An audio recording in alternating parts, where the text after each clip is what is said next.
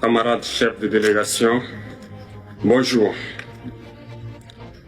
C'est un honneur pour moi ce matin donc de prendre la parole ici et de vous passer donc le salut fraternel du peuple du pays des hommes intègres. C'est aussi le lieu pour moi, avant tout propos, de rendre grâce à Dieu, Dieu Tout-Puissant qui nous a permis de nous réunir ici ce matin en bonne santé pour parler de l'avenir et du bien-être donc de nos peuples.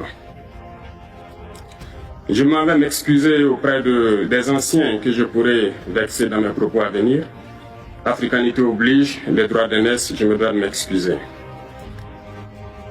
Camarades, j'ai quelques questions donc de ma génération, mille et une questions qu'on se pose. Mais nous n'avons pas de réponse. Et il se trouve qu'ici, nous pouvons laver donc notre linge sale parce qu'on se sent en famille. On se sent en famille en ce sens que la Russie est une famille aussi pour l'Afrique. C'est une famille parce que nous avons la même histoire. La Russie a consenti d'énormes sacrifices pour libérer le monde du nazisme pendant la Seconde Guerre mondiale. Les peuples africains, nos grands-pères, ont été déportés de force aussi pour aider l'Europe à se débarrasser du nazisme.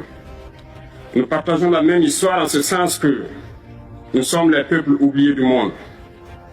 Qu'ils soient dans les livres d'histoire, dans les documentaires ou films, on tend donc à balayer le rôle prépondérant qu'a joué la Russie et de l'Afrique dans cette lutte contre le nazisme. Nous sommes ensemble parce que actuellement nous sommes là pour parler de l'avenir de nos peuples, de ce qui va advenir demain, de ce monde libre auquel nous aspirons, de ce monde sans ingérence dans nos affaires internes. Nous avons les mêmes perspectives et je souhaite que ce sommet soit l'occasion donc de pouvoir tisser de très bonnes relations en vue d'un meilleur avenir de nos peuples. Les questions que mes générations se posent sont les suivantes, si je peux me résumer, c'est de ne pas comprendre comment l'Afrique, avec tant de richesses sur notre sol, avec une nature généreuse, de l'eau, du soleil en abondance, l'Afrique est aujourd'hui le continent le plus pauvre. L'Afrique est un continent affamé. Et comment se fait-il que les chefs d'État traversent donc le monde à mendier? Voici des questions que nous nous posons et que nous n'avons pas de réponse jusque-là. Nous avons l'occasion de tisser de nouvelles relations. Et j'espère que ces relations puissent être les meilleures pour donner un meilleur avenir à nos peuples.